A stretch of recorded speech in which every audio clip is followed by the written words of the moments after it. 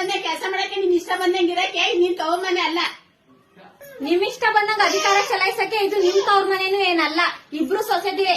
ಏನಂದ್ರೆ ನೀವು ಸೀನಿಯರ್ ಸೊಸೆ, ನಾನ್ ಜೂನಿಯರ್ ಸೊಸೆ, ಅಷ್ಟೇ ವ್ಯತ್ಯಾಸ. ಸೀನಿಯರ್ ಸೊಸೆ ಏನ್ ಮಾತ್ರಕ್ಕೆ ನಿಮ್ಗೆ ನಡ್ಕೊಂಬಿಲ್ಲ. ಮದ್ವೆ ಬಸ್ನಲ್ಲಿ ಪಾಪ್ಕಾರ್ನ್ ತರ ಐತೆ. ಮಕ್ಕ ಬಿಟ್ಕೊಂಡು ಈಗ ಮಾಡು, ನನಗೆ ಚಂದ ಬಜಾರಿ ಚೆನ್ನಾಗ್ ಮಾಡ್ತೀಯ ನೀನು. ನೀವು ಅಷ್ಟೇ, ನನ್ನ ನೋಡಕ್ ಬಂದಾಗ ಎಷ್ಟು ಸೈಲೆಂಟ್ ಆಗಿದ್ರಿ, ಇಷ್ಟೇ ಸೈಲೆಂಟ್ ಆಗಿದಾರೇನೋ ಅನ್ಕೊಂಡಿದ್ದೆ. ಆದ್ರೆ ಈಗಂತ ವಟ ವಟ ವಟ ಅಂತಾನೆ ಇರ್ತೀರ, ಒಂದ್ ನಿಮಿಷನೂ ಬಾಯ ಮುಚ್ಚಲ್ಲ.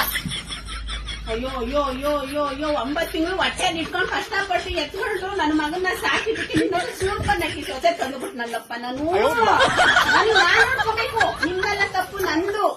ಬೆಳ್ಳಗೈತೆ, ನುಣ್ಣಗೈತೆ, ಸಣ್ಣವಾಗೈತೆ, ಅಂದವಾಗೈತೆ ಅಂತ ತಂದಿದ್ದೀನಲ್ಲ, ನನ್ ತಪ್ಪು. ನಾನ್ ನೋಡ್ಕೋಬೇಕು ಫಸ್ಟ್. ಅಯ್ಯೋ ಅಯ್ಯೋ ಅಯ್ಯೋ, ನಮ್ಮ ಅತ್ತೆ ಮಾತ್ರ ಅವ್ರ ಮಗನ 9 ತಿಂಗಳು ಕಷ್ಟಪಟ್ಟು ಎತ್ತು ಒತ್ತು ಸಾಕಿ ಬೆಳೆಸಿದ್ದಾರೆ. ನಮ್ಮಪ್ಪ ನಮ್ಮಮ್ಮ ಎಲ್ಲ ನಮ್ಮನ್ನ ಝೊಮ್ಯಾಟೊ ಸ್ವಿಗ್ಗಿಯಿಂದ ಆರ್ಡರ್ ಮಾಡಿ ತರ್ಸ್ಕೊಂಡಿದಾರಲ್ಲಪ್ಪ. ನಮ್ಮಪ್ಪ ನಮ್ಮಮ್ಮನ ಕಷ್ಟಪಟ್ಟೆ ಎತ್ತಿರೋದು ಹೋಗ್ರಿ.